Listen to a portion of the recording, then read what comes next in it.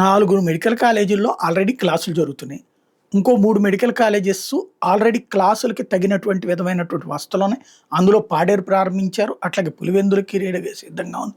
ఇట్లాగ మొత్తం 7 ప్రిపేర్డ్. ఇంకొక 10కి సంబంధించినటువంటి ఇష్యూస్‌లోనే వచ్చేటటువంటిది. అది భూమి కొన్నారు. దానికి సంబంధించిన పునాదులు తీశారు. దానికి సంబంధించినటువంటి కన్‌స్ట్రక్షన్ బిగిన్ చేశారు. అది మేము కట్టలేము. దానికి మొత్తం కలిపితే ఒక 7-8 వేల కోట్లు అయిపోతుంది. అంత భరించలేము రాష్ట్ర ప్రభుత్వం. అందుకని పీపీపీకి ఇస్తాం. ఏది ప్రభుత్వపు స్థలం, ప్రభుత్వపు డబ్బులతో కొన్నటువంటి చోట్ల ప్రభుత్వం భరించలేక పీపీపీ కింద పబ్లిక్ ప్రైవేట్ పార్టిసిపేషన్ అని చెప్పి ప్రైవేట్ వాళ్ళకి ఇస్తుంది. అమరావతిలో మరి ఏం పూర్తయింది? అమరావతిలో ఇప్పటికి కూడా పూర్తి కాలేదు కదా.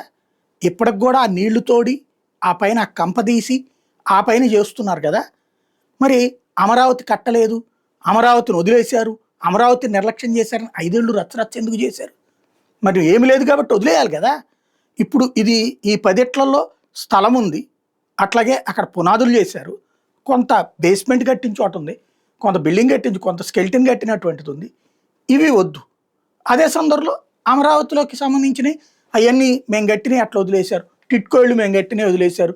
దుర్మార్గ ప్రభుత్వం, అది కంటిన్యూ చేయడం చేతకాని ప్రభుత్వం. మరి ఇవాళ రోజున మనం ఏంటి? అదే చేతకాని ప్రభుత్వం అవ్వట్లేదా? అదే అసమర్థత అవ్వట్లేదా? ప్లస్ ప్రభుత్వ మెడికల్ కళాశాల ప్రభుత్వం కోసం ఇచ్చారు కానీ, ప్రభుత్వ మెడికల్ కళాశాలని ఇచ్చారు కానీ ప్రైవేట్గా అమ్ముకోవడానికి ఇచ్చారా?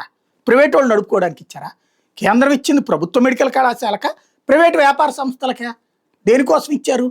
ఎందుకు పదే పదే అబద్ధాలను వెళ్ళవేస్తున్నారు? ఎందుకు అబద్ధాలను నిజమని నమ్మిస్తున్నారు? ఒక రాష్ట్ర ప్రభుత్వం 10 మెడికల్ కళాశాలలు రాష్ట్ర ప్రభుత్వానికి వస్తుంటే మా వల్ల కాదు, మా చేత కాదు, మేము అసమర్థులం అని ఒప్పుకుంటోందా? అదేమంటే ఎదురోడు కట్టలేదంటే నువ్వెందుకు మరి ఇంక ప్రభుత్వానికి?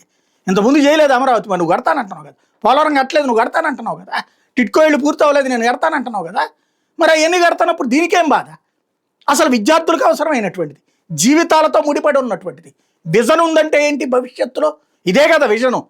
భవిష్యత్తులో అతి తక్కువ ఫీజులతో చదివినటువంటి డాక్టర్లు రోడ్డు మీదకి వస్తే ఎన్ని జీవితాలు బాగుపడతాయి, ఆ కుటుంబాలు బాగుపడతాయి, సమాజం బాగుపడుతుంది.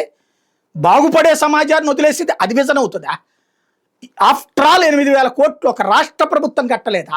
ఆఫ్టర్ ఆల్ 8,000 కోట్ల రూపాయలు ఒక రాష్ట్ర ప్రభుత్వానికి ఏముంది? ఆఫ్టర్ ఆల్ ఓ రాష్ట్ర ప్రభుత్వానికి 8,000 కోట్లు భారవా? ఏంటిది? ఎక్కడికి పోతున్నాం మనం? రోజు రోజుకి దబాయించి హడావిడి చేసి రోజుకో 60 మంది మంత్రులు, 60 నాయకులు వాట్సాప్ల్లోనూ లేకపోతే స్టేటస్ల్లోనూ పెట్టేసేసి వాళ్ళు చేయలేదు కాబట్టి మేము ఇది గొప్ప, ఇది ఆపేయడం గొప్ప, నడపడం గొప్ప. ఇంతకుముందు మీరు తీసుకొచ్చి ఆ ఫ్లైఓవర్ పూర్తి చేయలేదు, వదిలేశాడా? లేకపోతే బెంచ్ సర్కిల్ ఫ్లైఓవర్ పూర్తి కాలేదు, వదిలేశారా? అంతకుముందు రాజశేఖర రెడ్డి టైంలో ప్రారంభించినటువంటి ఇన్నర్ రింగ్ రోడ్డుకి రామవరపాడు దగ్గర అవ్వలేదు, మీరు వదిలేయలేదు కదా. అది కన్స్ట్రక్ట్ చేసి చెప్పుకున్నారు కదా. అదే కదా కావాల్సినటువంటిది. చేయాల్సింది ఏంటది? ప్రజలకి ప్రయోజనమా కాదా? మెడికల్ కాలేజీలు కడితే ప్రజలకు ప్రయోజనమా కాదా? మెడికల్ కాలేజీలకు అనుబంధంగా ఉన్నటువంటి హాస్పిటల్ ద్వారా ప్రజలకు ప్రయోజనమా కాదా? దాంట్లో హైయెస్ట్ సోఫిస్టికేటెడ్ మెటీరియల్ అపోలోలో ఉన్నటువంటి మెటీరియల్ ఉంటుంది అక్కడ. అద్భుతమైనటువంటి మెటీరియల్ రాష్ట్ర ప్రభుత్వ ఆసుపత్రులు. ఏంటిది అంత చక్కటి అవకాశం? నోట్లో ముద్ద పెడితే తుప్పుక్క నూసుకుంటూ అదేమంటే ఇదే గొప్పతనము అనే చెప్పుకునేటటువంటి దబాయించి మాట్లాడితే ఎంతవరకు పబ్లిక్ని కన్విన్స్ చేస్తున్నారంటే చదువుకున్న మూర్ఖులు కన్విన్స్ అవుతున్నారు.